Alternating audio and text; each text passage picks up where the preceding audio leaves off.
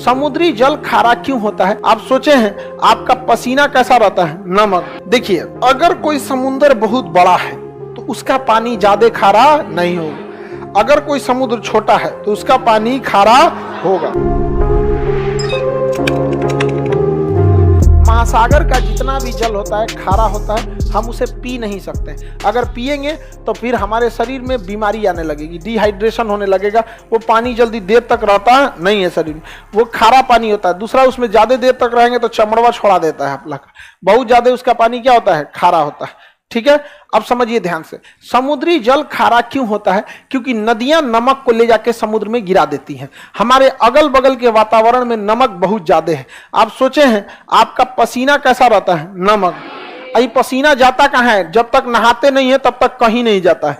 आपके शरीर का पसीना वापस नहीं जा सकता है, कपड़ा सोख लेता है, नहीं तो आप लोग वो चकट के मैल बन जाता है यहाँ पे। और वो सारा का सारा पसीना जब आप नहाते हैं, हाँ जी जगमोहन, बेचारा जगमोहन को कह रहा है कि जगमोहन का पसीना महकता है। जगमोहन प्रिय विद्यार्थी है मेरा, समझ में आ गया कि नहीं आ गया?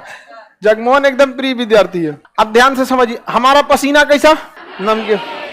गाय भैंस सब चीज का पसीना हम नहा लेते हैं, सारा नमकीन निकल गया, वो पानी नाली में गया, नाली से बड़े नाले में, नहर होते हुए नदी में। 140 करोड़ आदमी नहाया, किसी ना किसी नदी में गया, वो बंगाल की खाड़ी में गया या अरब सागर में, फिर बना नमक।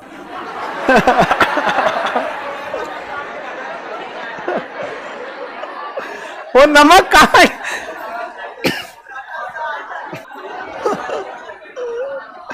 आगे सेंधा नमक खाने लायक है। देखिए, ऐसा नहीं है केवल वही नमक होता है, समुद्र में बहुत टाइप के नमक होते हैं, उसमें साधारण नमक होता है, लेकिन समुद्र में नमक बनने का मुख्य कारण नदियां हैं, क्योंकि समुद्र में कोई रहता ही नहीं है।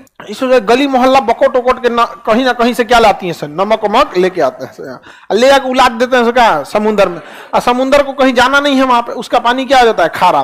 तो बताइए, समुद्र के जल के खारे होने का मुख्य कारण नदियां क्या है?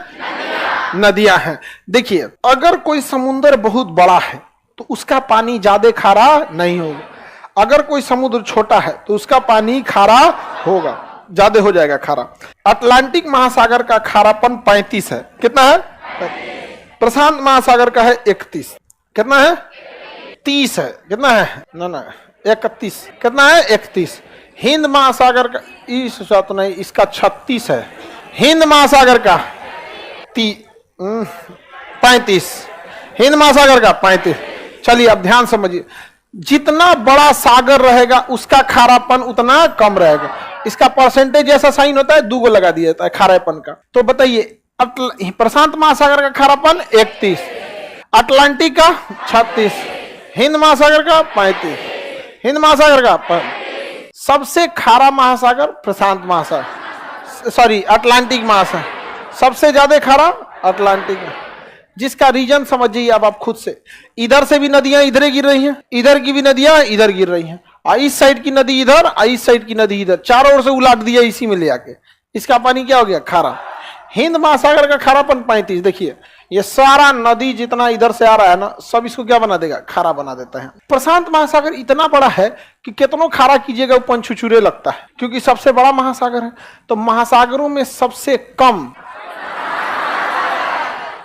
कम लवणता प्रशांत, सबसे ज्यादा लवणता हाँ, और हिंद महासागर का 35।